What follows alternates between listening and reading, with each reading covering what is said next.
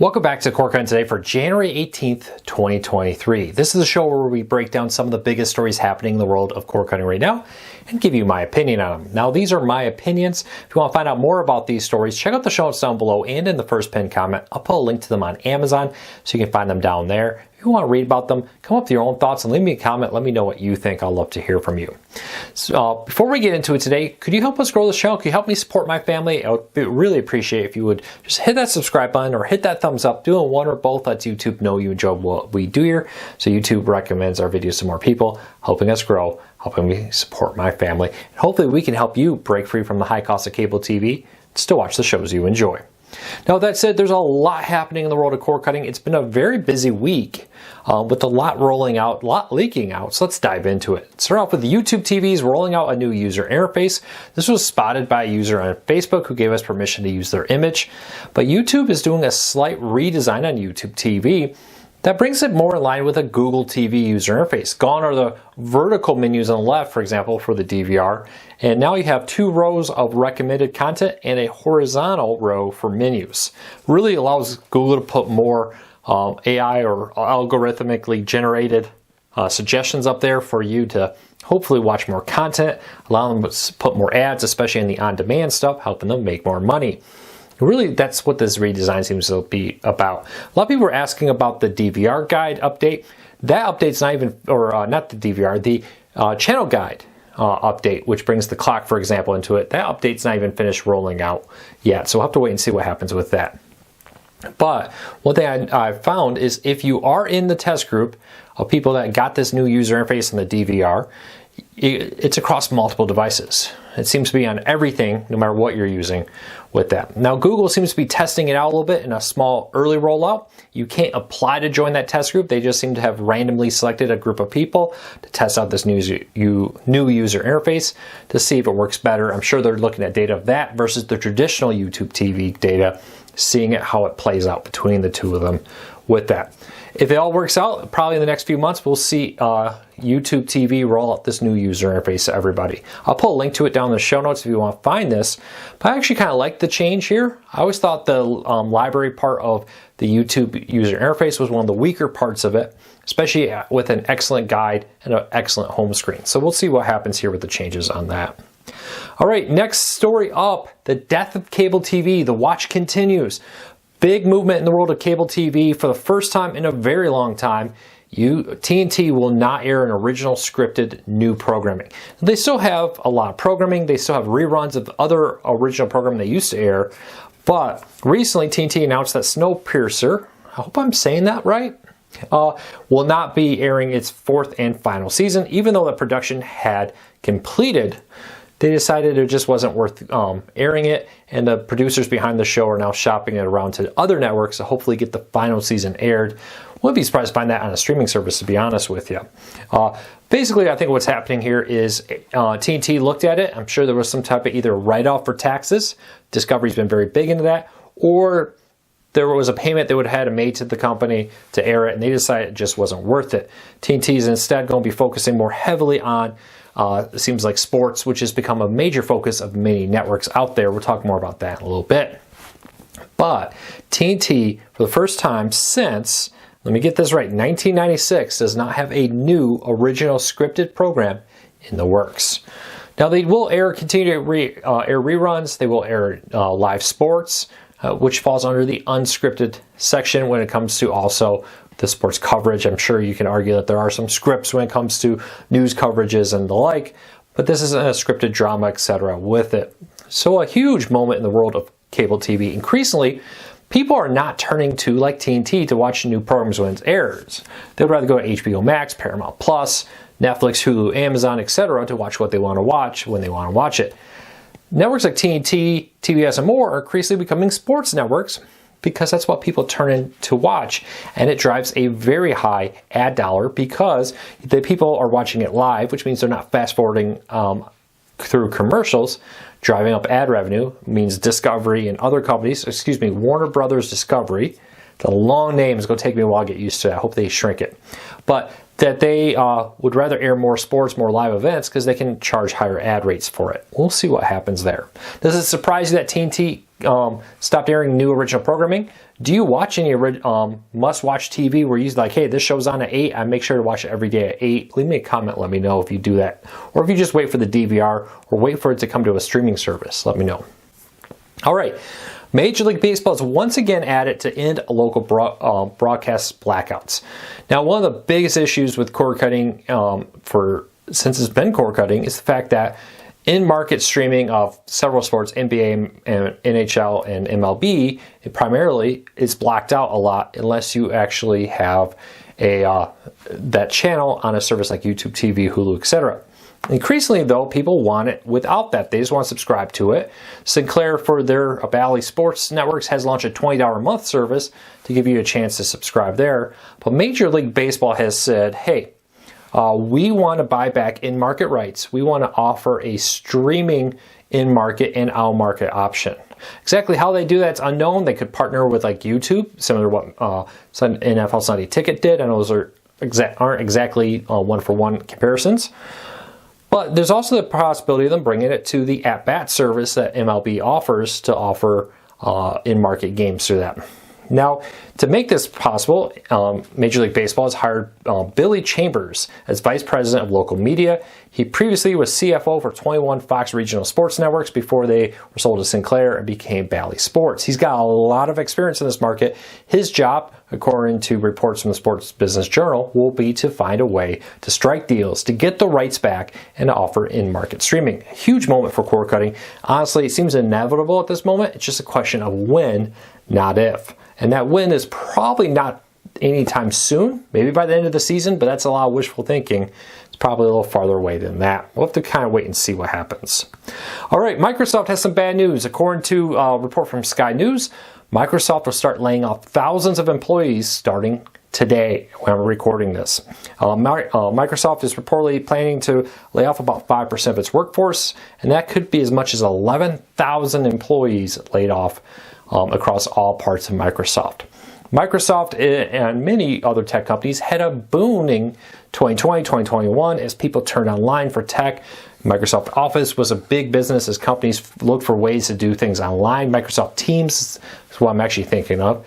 And now that people are getting back into the office, the demand for such things is cooling off, even in other realms that they're very profitable in. And that's left Microsoft to cut costs. Add in some concern over the future of the economy, and Microsoft and many companies, including Meta, Twitter, and Goldman Sachs, even not in the tech world, have decided to lay off employees to try to cut costs. Look for this to continue. It'd be very interesting to see how this all plays out.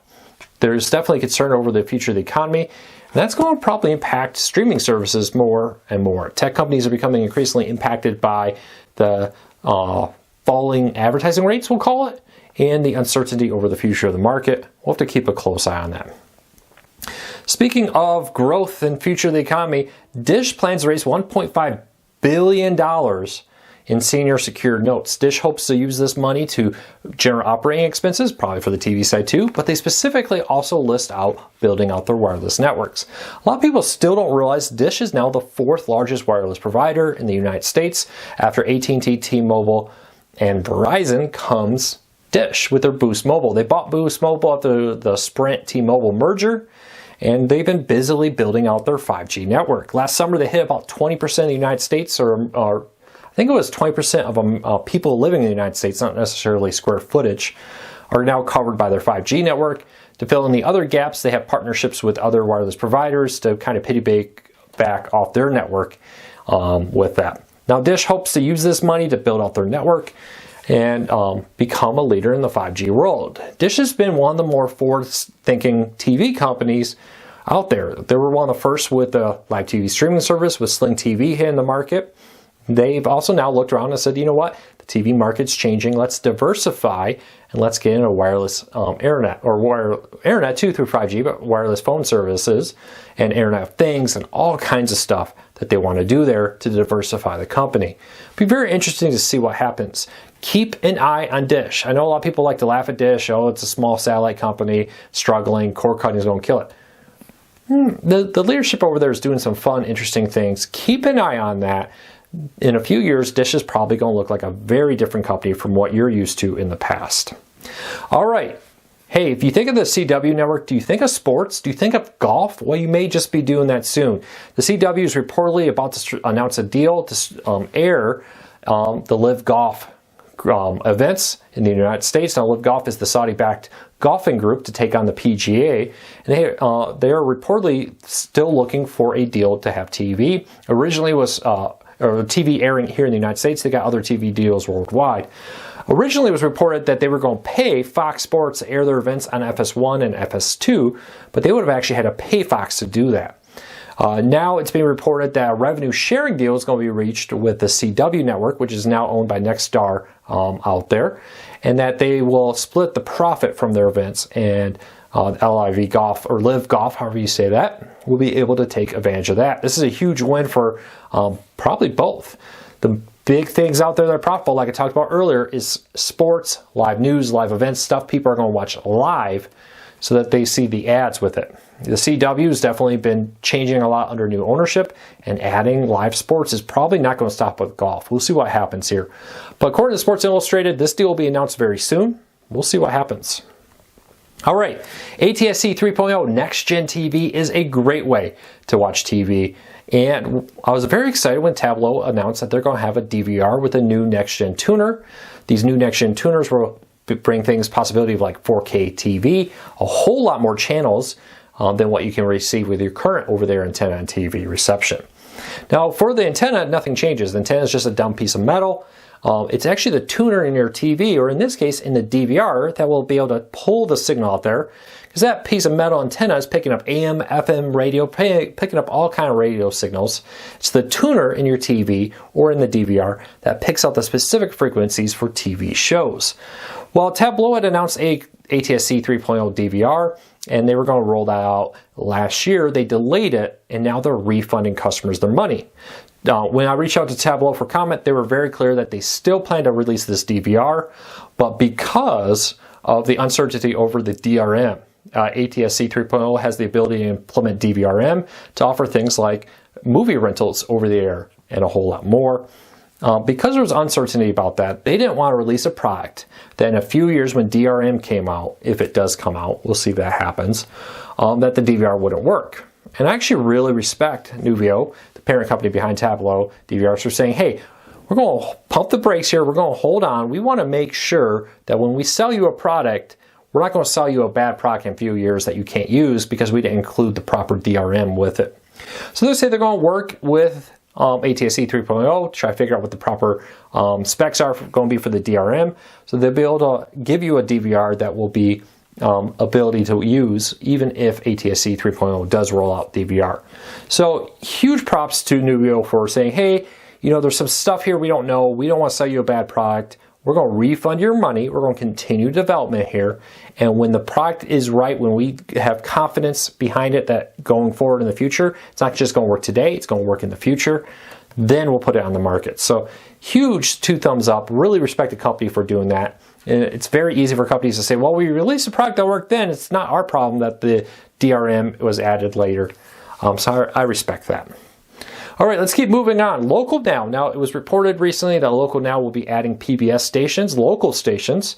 Now we have our first PBS station being added, along with 8 other channels to the Local Now streaming service. Now, Local Now, right here on the Milo guide, is a free streaming service. Originally just airing local news and weather, has expanded to TV, movies, and a whole lot more in recent years. They just added 9 channels in total, including PBS, Nature, Travel and Food, Manifest TV, Fuel TV, Outdoor Action TV, to name a few of them. If you haven't checked out Local Now, it's really a great service. Think Pluto TV, Crackle, the Roku channel, Freevee on Fire TV, and so much more out there. Local Now is a great option. If you're not trying it, I really do love ad-supported content because it really offers a huge amount of movies and television shows you probably wouldn't pay, but you'd be happy to watch for free. I was recently watching the classic Barker years of The Price is Right just for fun as we did some work in the living room with my wife, getting ready for tax season. And it was a lot of fun. So check that out. There's a lot of content on these services. If you're not doing it, check it out. Local now will have all PBS locals here in the next, sometime this year. But it looks like they're starting to roll out those sub-channels, which I had raised a question of would they be included, and now it looks like they will. So check that out. I'll put a link to that story down in the show notes. Well, there you go. There's the stories for today. We also have a survey happening. Do me a favor, fill out that survey down in the bottom down there. We would really appreciate it. So until tomorrow, take care, be safe. We'll be back again with another story or another video real soon.